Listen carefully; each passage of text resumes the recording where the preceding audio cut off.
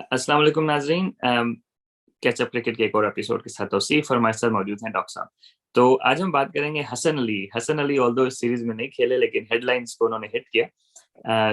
तीसरे दिन second test match में बारिश हो गई और फिर हसन अली ने खूब एंजॉय किया, बल्कि बाहर से पाकिस्तानी प्लेयर्स भी उसको क्या सेलिब्रेट कर रहे थे, मतलब उनको थोड़ा सा तालियां बजा रहे थे उनके लिए। तो डॉक्टर साहब, क्योंकि आप ऑब्वियसली अंपायर हैं और रूल्स को आप हमारे से बेहतर जानते हैं, तो हसन अली वाज प्रॉपरली, क्योंकि हसन अली के अलावा कोई और प्लेयर ग्राउंड के अंदर मौजूद नहीं था, क्योंकि उस टाइम ग्राउंड स्टाफ जो था वो जो कवर्स वगैरह को आगे पीछे कर रहे थे, और तो हसन अली ने जाके उनके ऊपर स्लाइडें मारी, फिर कवर्स अपने ऊपर रख के नीचे लेट गए। मतलब he was just trying to be funny, right? और लोगों ने एंजॉय भी किया काफी।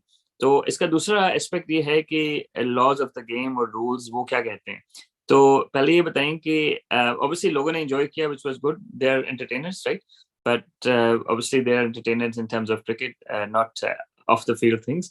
तो आप इसको बताएं कि एज एन अंपायर रूल्स क्या हैं इस बारे में, मतलब कोई उनको इशू तो नहीं होगा आईसीसी से? पता नहीं आईसीसी का चूंकि रूल बदलती रहती है। जो तो एमसीसी के रूल्स हैं पुराने, जो ग्राउंड की मेंटेनेंस से लेके crease popping crease each and everything की रिस्पांसिबिलिटी जो है, जब ग्राउंड हैंड ओवर हो जाता है ना अंपायर्स के, तो then they are the sole जज, they are the sole like administrator, you कह ले आप। इवन ठीक है। इवन जो हायर मैनेजमेंट है उस मैच की, जो मैच को कंडक्ट करवा रही है, वो भी अंपायर की इजाजत के बगैर बगैर वजह के अंदर जाकर खाली पिच देखने नहीं जा सकते कि जी मैं चूंकि हेड ऑफ द डिपार्टमेंट हूँ, इस मैनेजर हूँ इस क्रिकेट ग्राउंड का, तो so I can go in without any permission. नहीं, ऐसा नहीं होता। ठीक है। जब एक खास टाइम के बाद अंपायर्स के हैंड ओवर हो गया, ग्राउंड मैनेजमेंट ने कर दिया, everything is ready to go, उसके बाद कोई बंदा बगैर परमिशन के अंदर नहीं जा सकता। और परमिशन भी पर रीजन होनी चाहिए। ये नहीं कि आप कहेंगे जी मैं अंदर जाना चाहता हूं, तो अंपायर कहेगा जी जी आप चले जाए।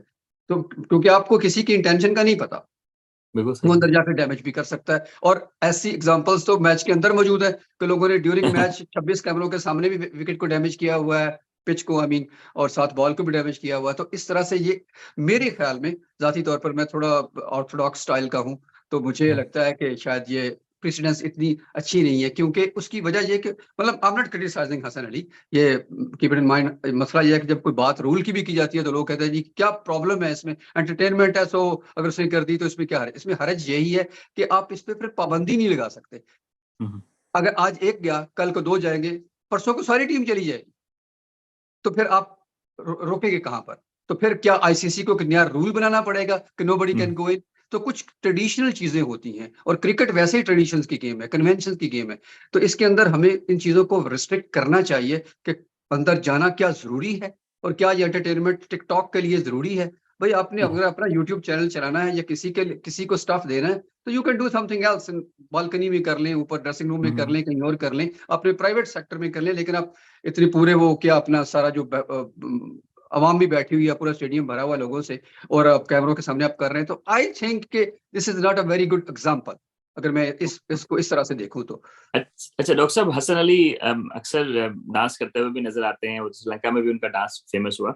तो वो खैर ही इज लाइक, क्या कह सकते हैं, कॉमिक, एक तरह से उनका एक बन गया है रेपुटेशन। अच्छा डॉक्टर साहब, एक और चीज है कि एक स्क्वायर था, उसके ऊपर डबल कवर चढ़े हुए थे, और फिर इस मैच में उन्होंने पूरा ग्राउंड ब्लू कवर से कवर किया हुआ था, विच इज यूजुअली अनयूजुअल, क्योंकि नॉर्मली टेस्ट मैचेस में पूरा ग्राउंड तो स्क्वायर ही का कवर होता है। तो he was sliding on the outside, तो वो सर्कल से भी बाहर था, यानी कि बिल्कुल बाउंड्री के आसपास जहां पे था वहां पे स्लाइड कर रहा था। तो आप ये बताएं कि विकेट डैमेज होने का तो चांस ही नहीं था ना, ठीक है, जहां पे वो था। तो is it still not a great thing कि वो, चले विकेट को तो नहीं खराब कर रहा था? हाँ विकेट ठीक है, मैं मान लेता हूँ स्केयर पर नहीं था। स्केयर पर तो खैर बिल्कुल ही कोई आउट नहीं होता ना, वो तो बिल्कुल। मतलब आई मीन के वो दोनों अंपायर जो हमारे वहाँ खड़े हुए हैं, मतलब वो इंटरनेशनल अंपायर हैं, टेस्ट क्रिकेट को देख रहे हैं, तो वो मतलब मुझे उन पर तो उंगली उठाने का कोई हक ही हासिल नहीं है। They know law very well, better than me of course. लेकिन वो डैमेज नहीं भी कर रहे थे, फिर भी मेरा जो सवाल जो पहले मैंने किया था वो यही है कि अगर आप इतनी इजाजत देंगे तो फिर एक कदम आगे जाएगी बात। तो even with in the ground आपको देखें, अगर आप देखें तो वैसे तो थोड़ी बहुत इजाजत तो आईसीसी ने भी दी हुई है। आप देखें खासतौर पर जो लीग्स हो रही हैं आजकल, उसमें जो ही वो इनिंग ब्रेक होती है 10 मिनट के लिए, तो वो बच्चे एक साइड पे कॉर्नर पे खेलने के लिए आ जाते हैं। एक तो यह है कि लोगों की एंटरटेनमेंट जारी रहती है, और वो बच्चों को भी इंकरेजमेंट मिलती है कि हम इंटरनेशनल ग्राउंड में लोगों के सामने कुछ परफॉर्म कर रहे हैं, छोटी छोटी वो 2-2 ओवर का, 1-1 ओवर का, या जो भी खेल वो खेल रहे होते हैं।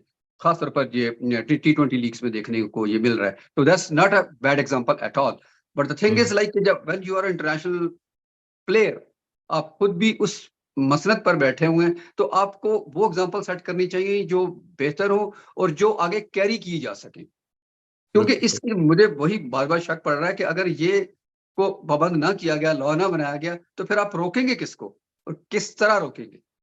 तो ये मेरे लिए एक थोड़ा-सा है। और दूसरी बात ये भी है, सबको मैं इस ज़िम्मन में कर दूँ कि अगर आप देखें ना, थोड़ा-सा एंटरटेनमेंट के हवाले से अगर मैं बात करूँ, वो ये है कि शाहनवाज़ धानी ने पीएसएल में पहली दफ़ा जब इसी तरह की कुछ की थी कि वो आउट करने के बाद, हालाँकि T20 में बड़ा माइनर टाइम होता है ना, कि आउट किया आपने, अगले बैट्समैन ने आना है, 1.5 मिनट का टाइम है, उसमें उसने गार्ड लेने हैं, रेडी टू प्ले होना है। तो शाहनवाज़ धानी वो स्टैंड में पहुँच जाया करते थे दाद लेने के लिए। बल्कि एक सीन में तो ऐसा भी हुआ कि उनको अलीम डार भाई ने रोकने की कोशिश की, बाकायदा आगे से ऐसे हाथ किया जैसे मुर्गी को पकड़ते हैं, तो उन्होंने, शाहनवाज़ धानी ने कोई नहीं सुनी उनकी, वो ऐसे साइड से चकमा दे के निकल गए। तो वो एक हद तक तो अच्छा लगता है, एक हद तक, लेकिन जब वो आपकी आदत में शामिल होना शुरू हो जाता है, तो आई थिंक कि वो कहीं न कहीं गेम की जो स्पिरिट है, उसकी खूबसूरती है, उसकी एलिगेंस है ना, उसको हर्ट कर रहा होता है। तो मेरा ख्याल है कि Hasan Ali is a good entertainer, but I think if he can do all these things outside the rope, तो शायद ज़्यादा बेहतर लगे। चले नाज़रीन, डॉक्टर साहब हमारे ऑब्वियसली एक्सपर्ट हैं, एम्पायर हैं, इंटरनेशनल एम्पायर हैं और रूल्स को बहुत बेहतर समझते हैं। तो उनका टेक था हसन अली के एंटिक्स के ऊपर। ज़ाती तौर पे I think it's good fun, लेकिन जैसे डॉक्टर साहब ने कहा कि maybe it's not a good trend to set, because एक प्लेयर तो चलो ठीक है, 10 प्लेयर चले जाएँगे तो क्या होगा फिर? तो क्योंकि फिर आप एक को नहीं रोकेंगे तो सारों को रोकना पड़ेगा। तो मेरे ख्याल से शकीब उल हसन भी इन पास्ट 1-2 दफ़ा स्लाइड करते हुए इस तरह देखे गए। वो तो खैर स्क्वायर के बहुत करीब थे, ये थोड़ा बाहर कर रहे थे। तो चले नाज़रीन, ये हमारे 2 सेंट्स थे इसके ऊपर। हमने कहा डॉक्टर साहब से क्या कहते हैं, इसकी लीगैलिटी के बारे में पूछ लें कि ये लीगल है, अलाउड है, नहीं है।